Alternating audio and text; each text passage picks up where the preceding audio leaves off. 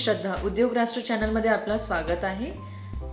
आज एक प्रकल्प बोलणार आहोत ज्यांनी केवळ महाराष्ट्राचा नव्हे तर देशाचा विमान वाहतूक क्षेत्राचा चेहरा बदलला आहे। ते म्हणजे लोकनेते दिबा पाटील नवी मुंबई आंतरराष्ट्रीय विमानतळ। अनेक दशकांची प्रतीक्षा, राजकीय प्रसंगाचा आणि हजारो प्रकल्प प्रसंगाचा संघर्ष या सगळ्यांचा आज हे विमानतळ आकाशात झोपवण्याचा यासाठी सज्जा झालंय असून त्याचे विमानतळाची उडाण ही सुरू झालेली आहे। विमानतळाचा इतिहास आणि संघर्षाची सुरुवात। नवी मुंबई इंटरनेशनल एयरपोर्ट एक ऐसा प्रोजेक्ट है जिसमें विकसित भारत की झलक है। या विमानतळाची कथा 1997 मध्ये सुरू झाली आहे। मुंबईचा छत्रपती शिवाजी महाराज आंतरराष्ट्रीय विमानतळावर विमानाची गर्दी वाढू लागली आहे। त्यासाठी मुंबईला दुसऱ्या विमानतळाची गरज भासू लागली आहे।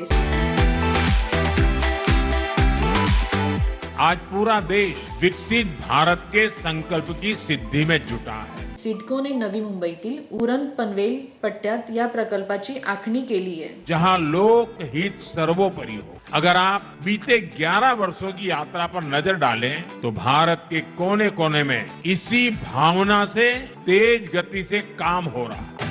अत्याधुनिक टर्मिनल, कमळाच्या आकाराची वास्तू आणि अटल सेतू MTHL अशा सारख्या मार्गामुळे दक्षिण मुंबईतून अवघ्या काही मिनिटात येथे पोहोचवता येते। जागतिक सर्वात मोठ्या ग्रीनफील्ड विमानांपैकी की एक असलेला हे केंद्र आता मुंबईच्या अर्थव्यवस्थेचा नवीन इंजिन बनले आहे।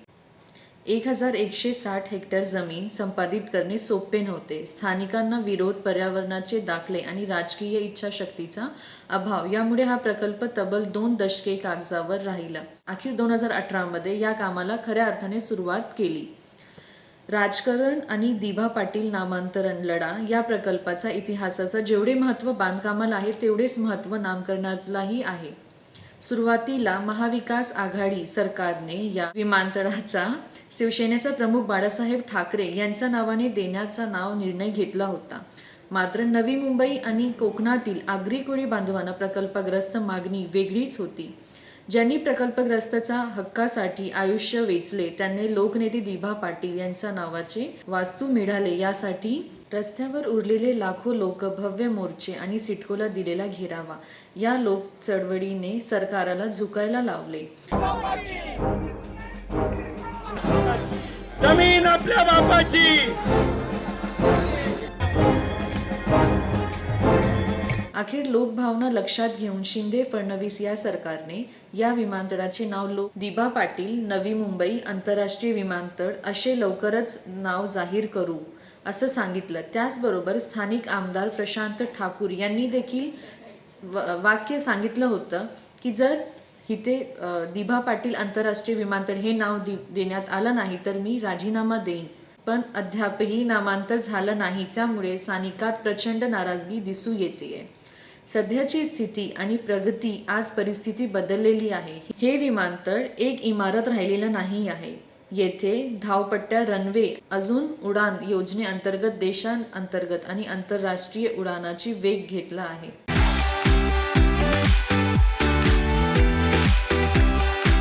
हम उन संस्कारों में पले बड़े हैं जहां राष्ट्र नीति ही राजनीति का आधार है। नवी मुंबई विमानतळ हे विकासाचे प्रतीक आहे, पण त्यामागे दिबा पाटलांचा विचाराचा आणि हजारो शेतकऱ्यांचा त्यागाचा वारसा आहे। विमान उडान सुरू झाल्याने आता कोकण आणि पश्चिम महाराष्ट्रातील प्रवाशांचा वेळ वाचणार असूनही रोजगारांना लाखो संधी उपलब्ध झाल्या आहेत।